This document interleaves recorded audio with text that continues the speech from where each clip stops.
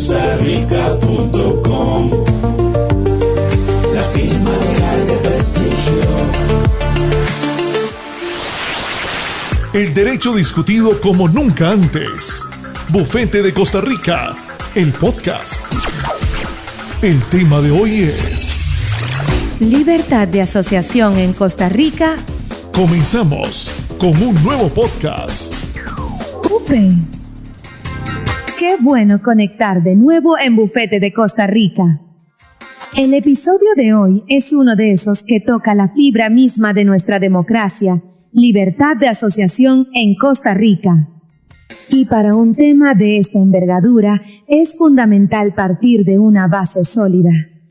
Por eso, hoy quiero dar un breve reconocimiento al licenciado Larry Hans Arroyo Vargas, cuyo trabajo jurídico es el corazón de esta conversación. Su análisis exhaustivo nos servirá de guía. Para desgranar este tema, me acompañan dos mentes brillantes. Desde la perspectiva de la estrategia corporativa y la visión de la gran empresa, tenemos a Enrique. Enrique, bienvenido. Flor, un placer. Es un tema crucial, no solo para la estructura social, sino para la dinámica económica del país.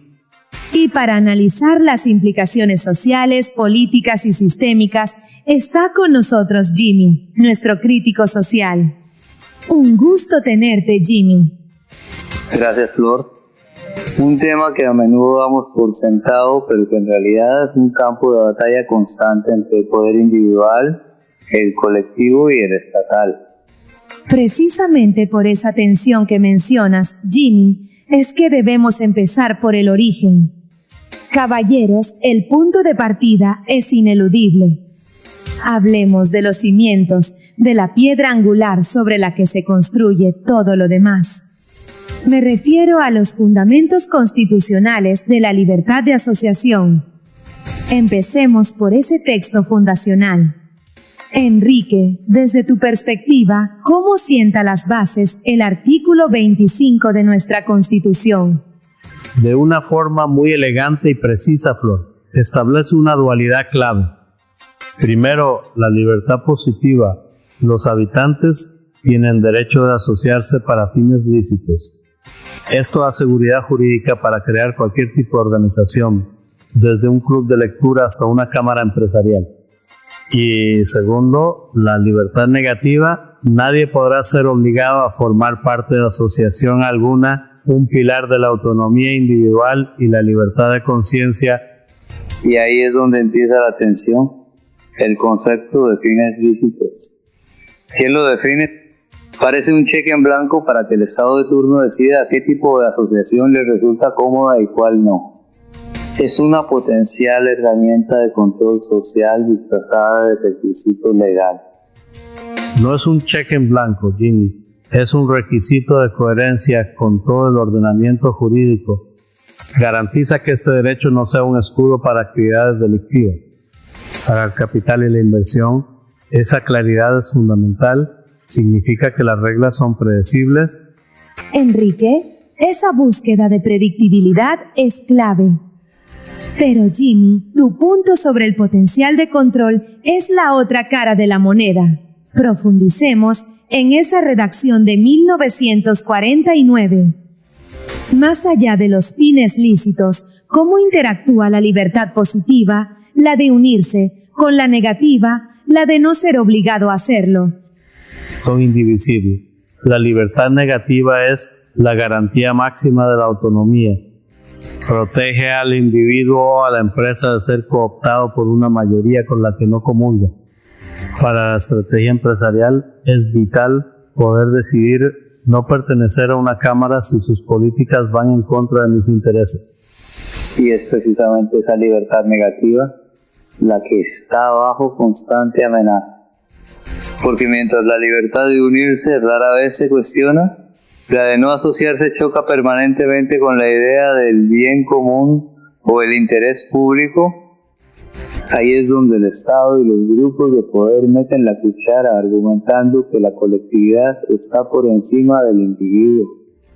Jimmy, esa tensión entre el individuo y el supuesto bien común es el nudo gordiano del asunto. Y para desatarlo, Costa Rica no mira solo hacia adentro, sino al marco internacional a través del bloque de constitucionalidad. ¿Cómo cambia esto la simple letra del artículo 25? Lo robustece y lo clarifica. El artículo 16 de la Convención Americana es más expansivo. No se queda en fines lícitos. Detalla fines ideológicos, religiosos, políticos, económicos. Para la estrategia corporativa estas especificidades oro. Aporta una certeza jurídica que trasciende fronteras y alinea al país con estándares internacionales, facilitando la inversión. Y más importante aún, nos da un arma para defendernos. Lo crucial de la convención no es solo lo que permite, sino lo que prohíbe. Establece un test rigurosísimo para cualquier restricción. Ya no basta una ley, la medida debe ser necesaria en una sociedad democrática. Eso obliga al Estado a justificar por qué una limitación es indispensable y no una simple conveniencia política. Ese test de necesidad que mencionas, Jimmy, es precisamente el filtro que debemos aplicar cuando pasamos de la teoría constitucional a la práctica. Dejemos la abstracción y entremos en el terreno de las manifestaciones específicas de la libertad de asociación. Enrique, ¿cuál es la forma más clásica, el vehículo por defecto para asociarse en Costa Rica? Sin duda, las asociaciones civiles sin fines de lucro regidas por la ley de 1939. Es el marco para todo lo que no sea puramente comercial, político o religioso. Se necesita un mínimo de 10 personas. Estatutos claros y la inscripción en el Registro Nacional. Es un andamiaje predecible y ordenado. Proporciona la seguridad jurídica indispensable para que estas entidades puedan operar, recibir fondos y tener relaciones contractuales. Es la formalidad que genera confianza. Y esa misma formalidad, Enrique, es un filtro social.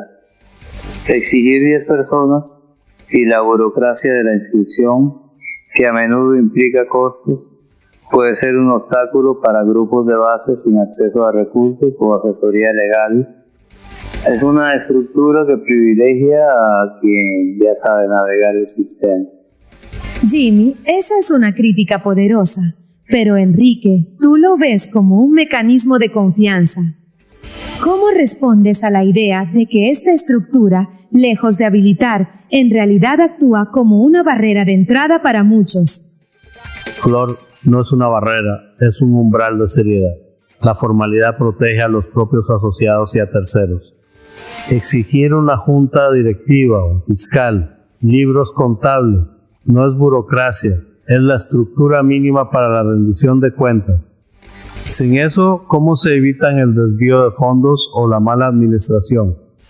Es la diferencia entre un grupo de amigos y una organización jurídica con la que se puede contratar y en la que se puede confiar. Pero esa seriedad, Enrique, tiene un precio muy alto: la autonomía.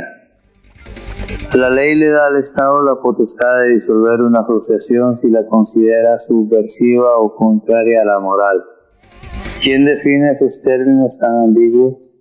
Es un poder de veto que pende sobre cualquier grupo que desafíe el status quo. Se les da personería jurídica, pero con una correa muy corta. Esa correa corta que mencionas, Jimmy, nos lleva directamente al terreno más disputado de la asociación, el mundo del trabajo. Aquí Costa Rica presenta una dualidad fascinante, un sistema bimodal. Hablemos de las organizaciones en el ámbito laboral.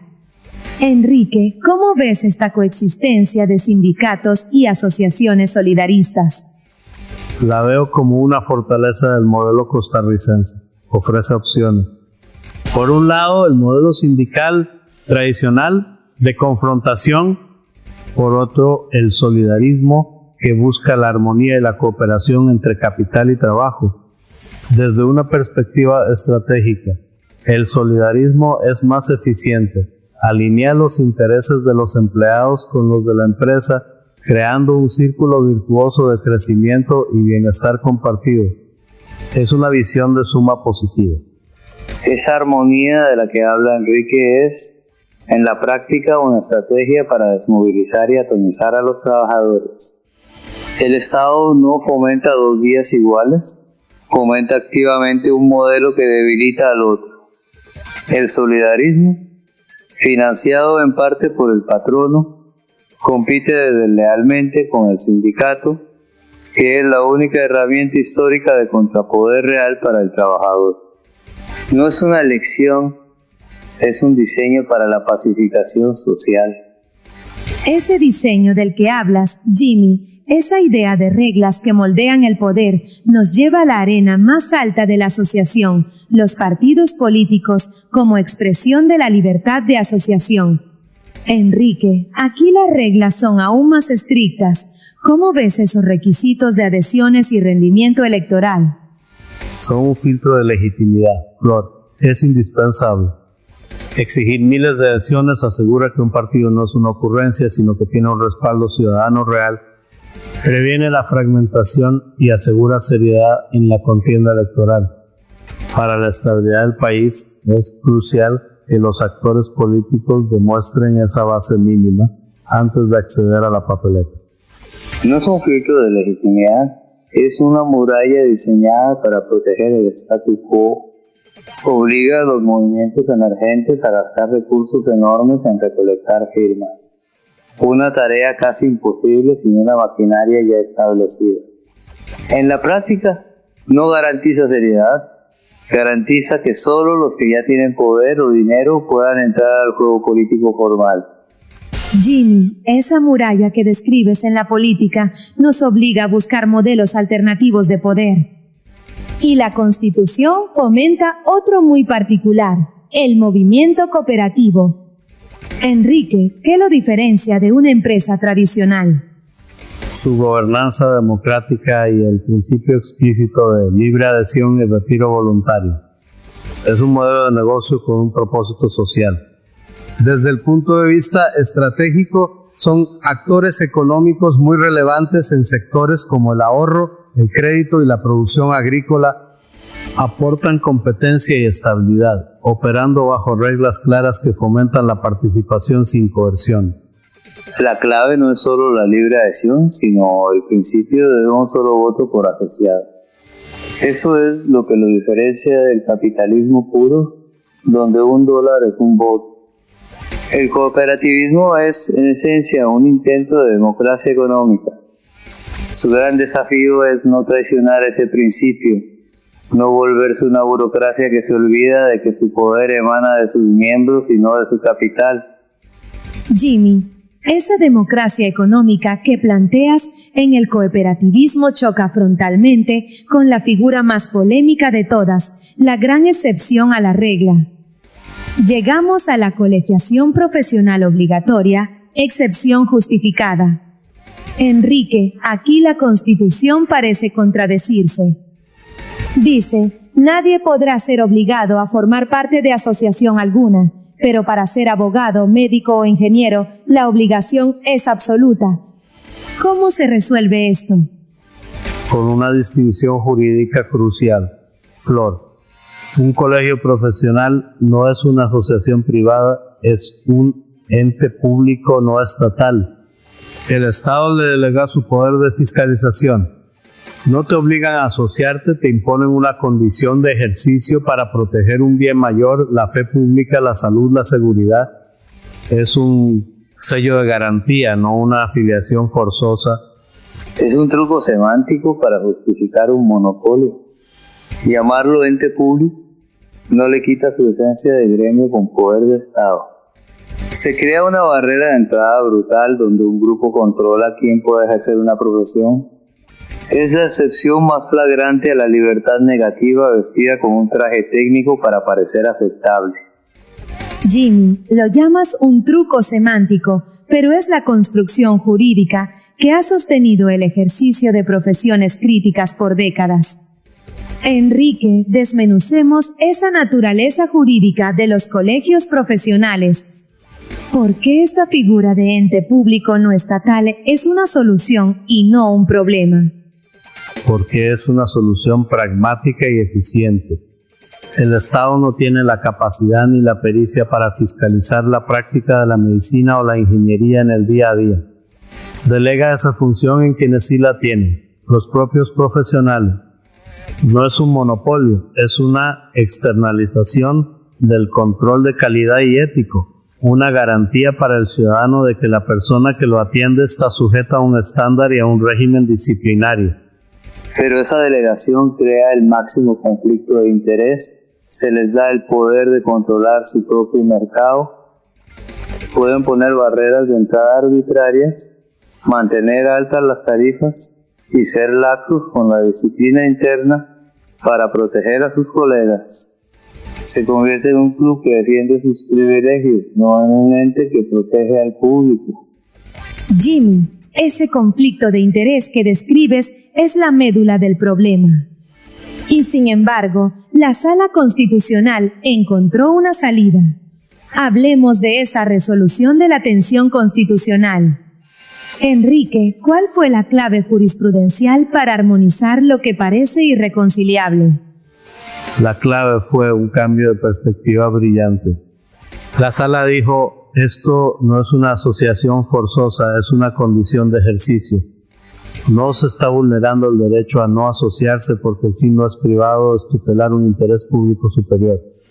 La afiliación es simplemente el mecanismo que el Estado usa por delegación para ejercer su poder y garantizar la idoneidad.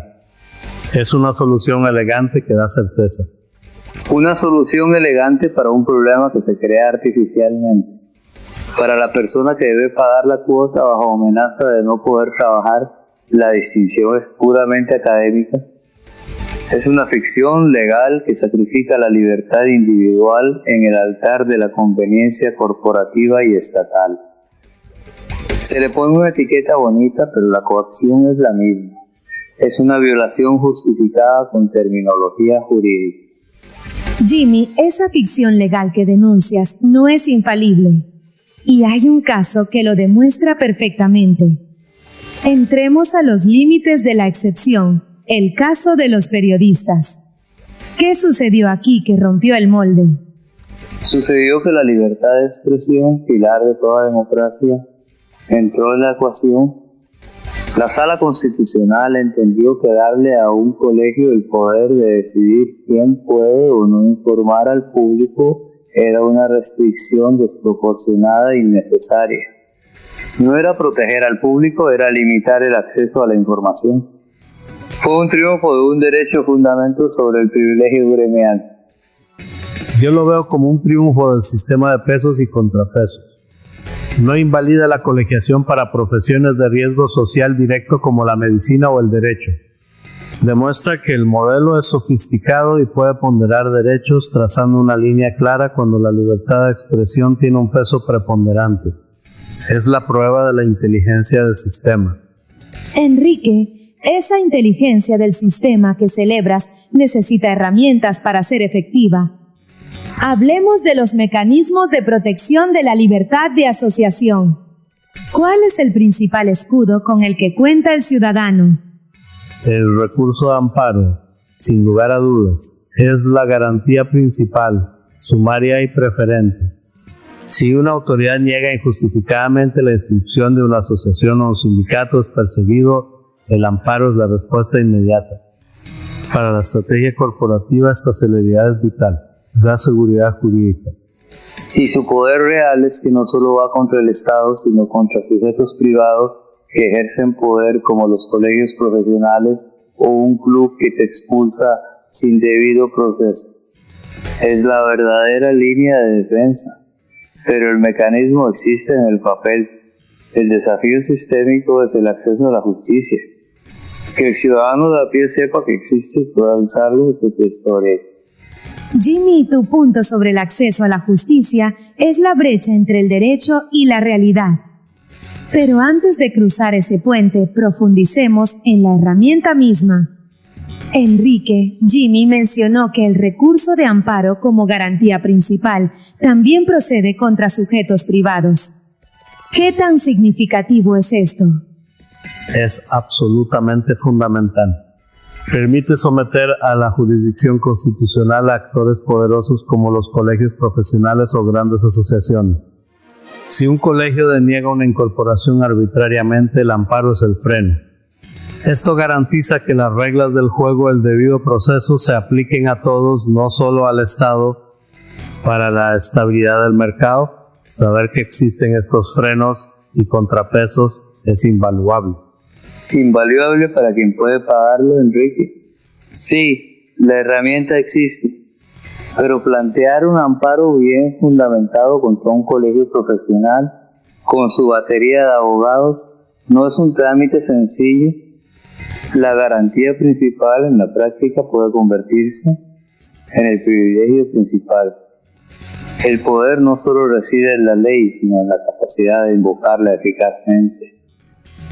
Jimmy, esa es la eterna brecha entre la ley y el acceso a ella. Pero quizás el amparo no es la única flecha en la aljaba. Hablemos de esas otras vías de protección jurídica. Enrique, más allá del amparo, ¿qué otras canchas existen? Existen canchas especializadas, lo cual es señal de un sistema maduro. La jurisdicción contencioso-administrativa para impugnar reglamentos, la laboral para los conflictos sindicales y la civil para disputas internas. Cada problema tiene su foro adecuado. Esta especialización evita la sobrecarga de la vía constitucional y da soluciones técnicas y predecibles. Para la planificación, esa certeza es fundamental. Esa especialización es un laberinto para el ciudadano común. Significa que para un solo problema podría necesitar 3 abogados distintos. Divide la lucha, la encarece y la ralentiza. Para el sindicato que enfrenta una práctica desleal y un reglamento adverso, esta fragmentación es una táctica de desgaste. Es un sistema diseñado para la conveniencia de la burocracia judicial, no para la justicia expedita del afectado. Jimmy, ese laberinto que describes nos deja en el corazón de la paradoja costarricense, un sistema robusto en el papel, pero con enormes desafíos en la práctica. Hemos navegado desde la Constitución hasta sus manifestaciones más polémicas. El material de base concluye con una afirmación poética: la libertad de asociación es en sí misma libertad pura. Enrique, después de este debate, ¿suscribes esa frase? La suscribo, pero con un matiz. Es libertad pura dentro de un marco de orden. La arquitectura jurídica que hemos discutido desde la ley de 1939 hasta la figura de los colegios profesionales no la limita, la posibilita. La libertad sin estructura es anarquía. Nuestro sistema, con sus pesos y contrapesos, le da un cauce seguro y predecible. Yo diría que es una libertad en disputa. Su pureza se contamina cada vez que una barrera económica, burocrática o gremial impide que un grupo se organice. Es pura en la Constitución, pero en la calle, en la fábrica, en la comunidad, es una libertad que hay que pelear cada día contra el poder establecido. Y esa idea, Jimmy, de una libertad que hay que pelear cada día, creo que es el resumen perfecto de la tensión que hemos explorado hoy. Hemos visto el andamiaje jurídico, la arquitectura que busca el orden y la predictibilidad que defiende Enrique, y al mismo tiempo las grietas, las barreras y las luchas sistémicas que tú has señalado con tanta agudeza. Desde la dualidad constitucional hasta la polémica colegiación obligatoria, queda claro que la libertad de asociación es un derecho vivo, complejo y en constante definición. Enrique, Jimmy, ha sido un debate profundo y absolutamente necesario. Gracias por traer sus perspectivas a Bufete de Costa Rica. Gracias a ti, Flor. Un placer, como siempre, compartir y debatir con Jimmy. El placer ha sido mío, gracias. Y a ustedes que nos escuchan, la conversación no termina aquí. Hemos analizado el texto, pero ¿qué dice el autor? No se vayan, porque justo ahora escucharemos la opinión en vivo del licenciado Arroyo. Y con ustedes, la opinión del licenciado Arroyo. La libertad de asociación, consagrada en nuestro ordenamiento jurídico, es mucho más que el simple derecho a formar un sindicato o una cooperativa. Es la piedra angular sobre la cual se edifican las sociedades verdaderamente evolucionadas. Sin embargo, observo con preocupación cómo este derecho fundamental se ha anquilosado, atrapado en interpretaciones decimonónicas que limitan su vasto potencial. Nos hemos conformado con la asociación para la protesta, para la defensa de intereses gremiales inmediatos, olvidando su poder como motor de creación y de innovación.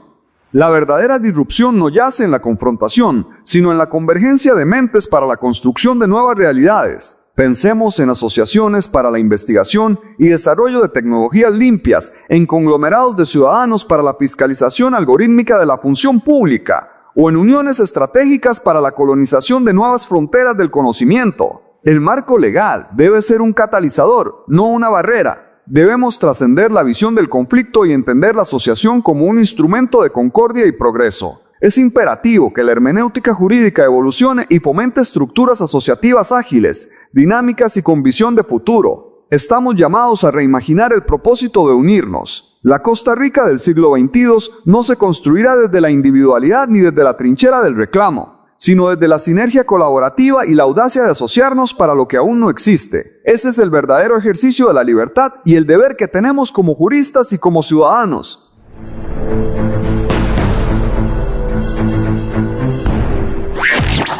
Esto ha sido todo por hoy. Hasta la próxima emisión de Bufete de Costa Rica. Bufete de Costa Rica, el podcast. Visítenos en www.bufetedecostarrica.com.